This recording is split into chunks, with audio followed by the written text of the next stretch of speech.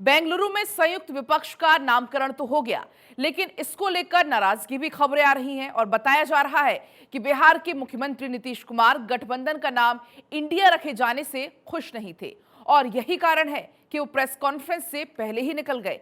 यानी कि महागठबंधन के नाम पर विपक्ष में विवाद देखने को मिला। इस रिपोर्ट में आप देखिए।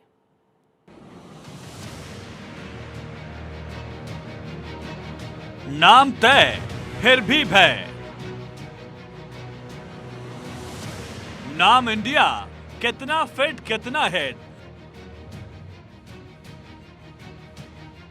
नाम में भी हो गया खेल, नहीं हो पाया सबका मेल।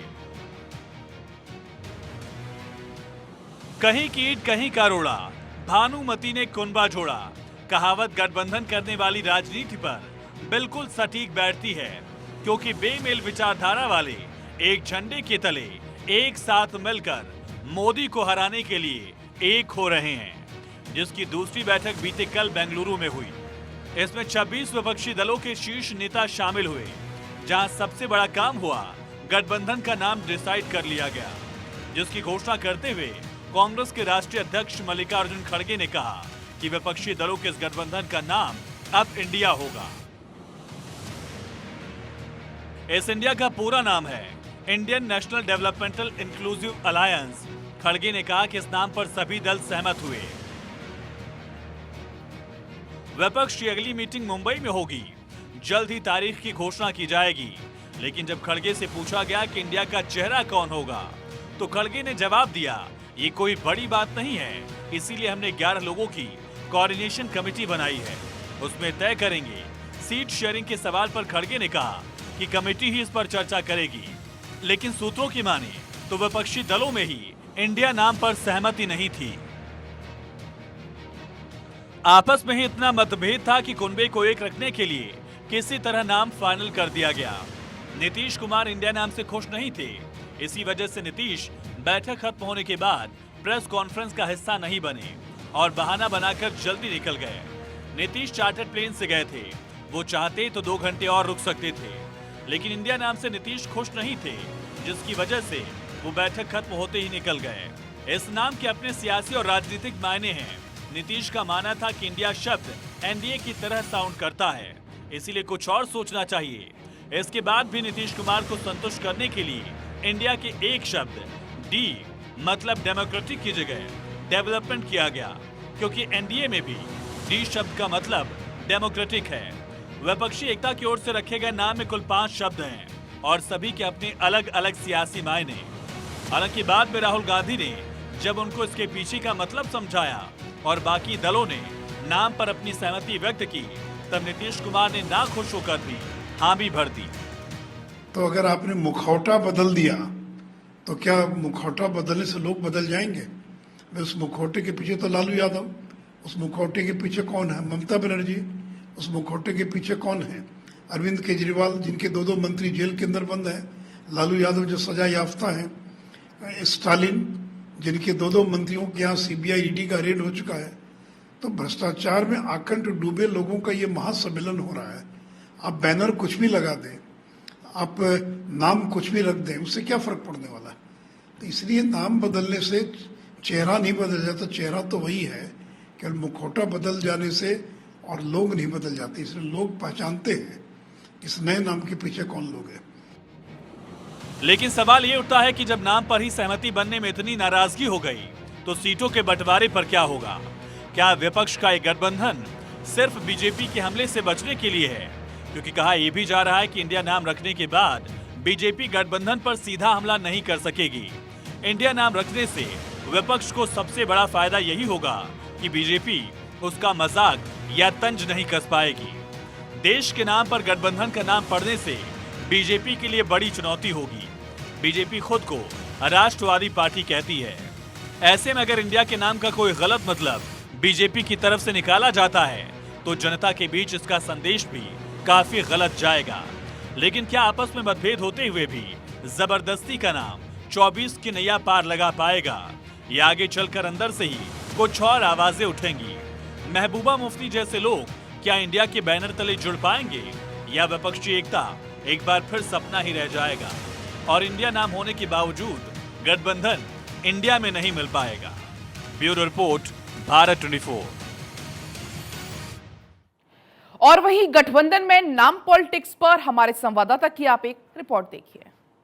बेंगलोर में हुई विपक्षी पार्टियों की बैठक में टीएमसी प्रमुख ममता बनर्जी ने उस संगठन का नाम इंडिया रखने का प्रस्ताव रखा, तो वहीं कांग्रेस के वरिष्ठ नेता राहुल गांधी ने उस प्रस्ताव का समर्थन किया, जिसके बाद अब विपक्षी दलों के संगठन को इंडिया के रूप में जाना जाएगा। लेकिन वहीं बताया जा रहा है कि बिहार के मुख्यमंत्री नीतीश कुमार इस नाम से नाराज बताए जा रहे हैं, जिसके चलते वो जल्दी ही बैठक से चले गए थे। लेकिन उनके पूर्व सहयोगी और बीजेपी नेता सुशील मोदी ने दावा किया है कि नीतीश कुमार संयोजक बनना चाहते थे, लेकिन विपक्षी पार्टियों ने उनको संयोजक ना बनाया। इसके चलते ही वो नाराज चल रहे हैं। अब देखने वाली बात ये होगी कि विपक्षी खेमा कब तक और कितनी मजबूती के साथ आगे बढ़ता है। कैमरामैन अश्विनी कुमार सिंह के साथ में आनंद कुमार सिंह, भारत 24, दिल्ली। पटना के बाद बेंगलुरु में 26 विपक्षी दलों की मीटिंग हुई। तय हुआ कि मिलकर लड़ेंगे। गठबंधन का नाम भी तय हुआ, पर जो चेहरे का सवाल था वो अनसुलझा ही रह गया। उसे मुंबई की अगली मीटिंग पर टाल दिया गया और करीब 4.5 घंटे चली इस मीटिंग में क्या क्या हुआ, किसने क्या कहा, इस पर आप एक रिपोर्ट देखिए। जुटे 26 दल, किसमें कितना बल? नाम तो मिला, सीटों का फॉर्मूला क्या? इंडिया रखा नाम, क्या 2024 में बनेगा काम? विपक्ष के नेता का तय नहीं नाम, अपनी अपनी मजबूरी, क्या घट गई दूरी? सियासी मंगलवार को पूरे देश की नजरें बेंगलुरु और दिल्ली पर टिकी हुई थी। कारण था देश के 2 शहरों में 2 बड़ी सियासी मीटिंग। बेंगलुरु में 26 विपक्षी दल एक साथ बीजेपी से जब मुकाबले का प्लान तैयार कर रहे थे, तो दिल्ली में भी एनडीए की मीटिंग फिक्स थी। सोमवार से ही बेंगलुरु में विपक्षी दलों के नेताओं का जुटना शुरू हो गया, तो मंगलवार की शाम एनडीए की बैठक बुलाई गई थी। इसमें 38 दल शामिल हुए और कामकाज के आधार पर पीएम मोदी के विजन पर साथ बढ़ने को लेकर मंथन हुआ। तो बेंगलुरु की मीटिंग से विपक्षी दलों को बड़ी आस रही। सियासी मंगलवार की पहली मीटिंग बेंगलुरु में थी, जहां देश के 26 विपक्षी दलों की मीटिंग थी। वो मीटिंग जिसमें ये माना जा रहा था कि विपक्षी दल ये बता देंगे कि वो किसके नाम पर, किसके चेहरे पर 24 का चुनाव पीएम मोदी के खिलाफ लड़ने जा रहे हैं। 23 जून को पटना में जो एकजुटता दिखाई गई थी, उसके आगे की कड़ी क्या होगी, इसका भी सब इंतजार कर रहे थे। लेकिन घंटों के मंथन के बाद भी केवल निकला तो एक नाम, जिसके साथ विपक्षी दल मैदान में एकजुटता का संदेश देने की बात कर रहे हैं। दावे बड़े बड़े, सपने बीजेपी को हराने को लेकर हैं, लेकिन विपक्षी दलों की मीटिंग के बाद कुछ बड़ा निकला, ऐसा कोई कह नहीं सकता। बड़ा सवाल था कि इस बारात का दूल्हा कौन होगा, यानी नेता कौन होगा, लेकिन ये सवाल भी अगली मीटिंग के लिए टाल दिया गया। विपक्ष के चेहरे को लेकर बीच का रास्ता निकालते हुए मल्लिकार्जुन खड़गे ने कहा कि 11 सदस्यीय समन्वय समिति गठित की जाएगी। समिति के सदस्यों के नामों की घोषणा मुंबई में होगी। ये समिति नेता का नाम तय करेगी। Now, with all 26 parties, a new name is given, that is Indian National Developmental Inclusive Alliance. दिन भर की मीटिंग के बाद जब बात सामने रखी जा रही थी, तो खड़गे के बाद पश्चिम बंगाल की सीएम ममता बनर्जी बोली। उन्होंने कहा कि देश में दलित, हिंदू, मुस्लिम हर किसी की जिंदगी खतरे में है। ममता ने कहा कि हमारे गठबंधन का नाम इंडिया है और इंडिया को कोई कैसे चैलेंज कर सकता है। NDA, can you challenge India? Bhajpa, can you challenge India? The other people, can you challenge India? India जीतेगा, भाजपा हारेगा।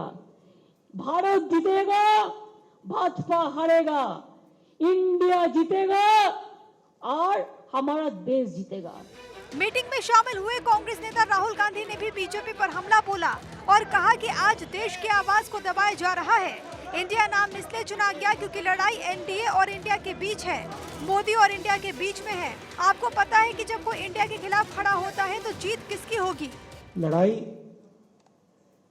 एनडीए और इंडिया के बीच में है, नरेंद्र मोदी जी और इंडिया के बीच में है, उनकी विचारधारा और इंडिया के बीच में है। आप जानते हो, जब भी कोई हिंदुस्तान के सामने खड़ा होता है, इंडिया के सामने खड़ा होता है, तो जीत किसकी होती है, कहने की जरूरत की नहीं। बैठक से पहले ही आम आदमी पार्टी के रुख पर सबकी निगाहें थी, लेकिन कांग्रेस के अध्यादेश पर समर्थन के ऐलान के बाद आप भी बैठक में शामिल हुई और दिल्ली के मुख्यमंत्री अरविंद केजरीवाल ने कहा कि 9 साल में केंद्र सरकार ने हर सेक्टर को बर्बाद कर दिया। देश में जिस तरह नफरत फैलाई जा रही है, उससे देश को बचाने के लिए हम इकट्ठा हुए हैं। तो महाराष्ट्र के पूर्व मुख्यमंत्री उद्धव ठाकरे बॉलीवुड अंदाज में बोले। उन्होंने कहा कि हम देश को बताने आए हैं कि मैं हूं ना, देश हमारा परिवार है, हम अपने परिवार को बचाने के लिए साथ आए हैं। आज से 9 साल पहले इस देश के लोगों ने नरेंद्र मोदी जी को भारी बहुमत देके जिताया था। इन 9 साल के अंदर उनके पास मौका था, वो देश के लिए बहुत कुछ कर सकते थे, लेकिन इन 9 सालों में उन्होंने एक भी सेक्टर ऐसा नहीं है जिसमें हम कह सकें कि तरक्की हुई है। हर सेक्टर को बर्बाद करने में उन्होंने कोई कसर नहीं छोड़ी। आप देखते होंगे, पहले सवाल कई लोगों ने मुझे पूछा कि अलग अलग विचारधारा के लोग हैं, राजनीति में विचारधारा तो अलग होनी चाहिए, इसी को तो प्रजातंत्र मानते हैं। लेकिन इसके बावजूद हम एक आए हैं क्योंकि अब लड़ाई सिर्फ हमारी पार्टी की नहीं है। कुछ लोगों को ऐसे लग रहा है कि परिवार के लिए लड़ाई लड़ रहे हैं। हाँ, देश हमारा परिवार है और इस परिवार के लिए हम लड़ रहे हैं। देश ही हमारा परिवार है, तो इस परिवार को हमें बचाना है। विपक्षी दलों ने अपनी लाइन बता दी तो एनडीए खेमे में भी मंथन का दौर शुरू हुआ। मंगलवार शाम दिल्ली में एनडीए में शामिल दलों ने मंथन किया। मीटिंग में खुद प्रधानमंत्री नरेंद्र मोदी शामिल रहे। विपक्षी दलों ने तय किया कि अगली बैठक मुंबई में होगी, लेकिन सबसे बड़ा सवाल चेहरे का था, नेता के नाम का था, जिसे इस मीटिंग में भी टाल दिया गया। काम चलाओ फॉर्मूले से एकता की बड़ी बड़ी बातें तो हो रही है, लेकिन ये कितना टिकाऊ होगा, कितना भरोसेमंद होगा, ये जनता की कसौटी पर परखना भी जरूरी है। Bureau report, Bharat 24।